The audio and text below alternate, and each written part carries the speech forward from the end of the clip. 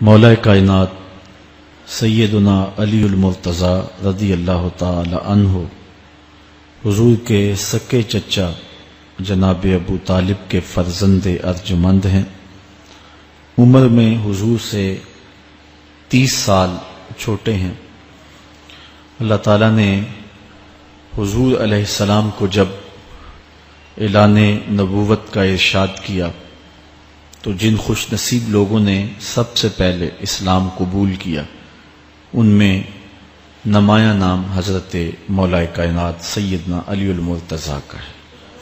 اس وقت ان کی عمر صرف 10 سال تھی۔ بچوں میں سب سے پہلے اسلام قبول کرنے کا شرف انہیں نصیب ہوا۔ آقا کریم علیہ السلام کے چچا زاد بھائی تھے، لیکن ایک موقع پہ حضور نے ان کو ارشاد کیا، انت اخی فی الدنیا والآخرہ، اے علی تو میرا دنیا میں بھی بھائی ہے اور آخرت میں بھی بھائی ہے۔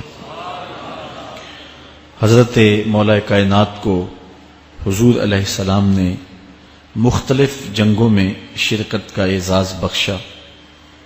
غزوہ تبوک کے موقع پہ آقا کریم نے ان کو مدینہ المنورہ میں پیچھے بطور امیر چھوڑا تو انہوں نے عرض کی، حضور آپ اپنے بھائی کو بچوں اور عورتوں میں چھوڑ کے جا رہے ہیں۔ تو حضور نے ارشاد فرمایا کہ تیری مثال ایسے ہے جس طرح حضرت موسیٰ علیہ السلام کے ساتھ حضرت ہارون علیہ السلام کی مثال۔ حضرت مولا کائنات کو حضور نے یمن کا حاکم اور امیر بنا کر بھی بھیجا تھا، اور ان کے ساتھ رشتے کی گہرائی یہاں تک ہی نہ رہی بلکہ حضور نے اپنی لاڈلی صاحبزادی حضرت سیدہ فاطمہ الزہرا رضی اللہ تعالی عنہا کا نکاح بھی حضرت علی المرتضیٰ سے ہی کیا۔ ہجرت کی رات اپنے بستر پہ انہیں لٹایا۔ آقا کریم علیہ السلام نے ان کے لیے بہت سارے اعزازات قائم کیے، اور ان کے فضل و شرف میں بہت ساری احادیث ہیں جو کتب احادیث میں موجود ہیں۔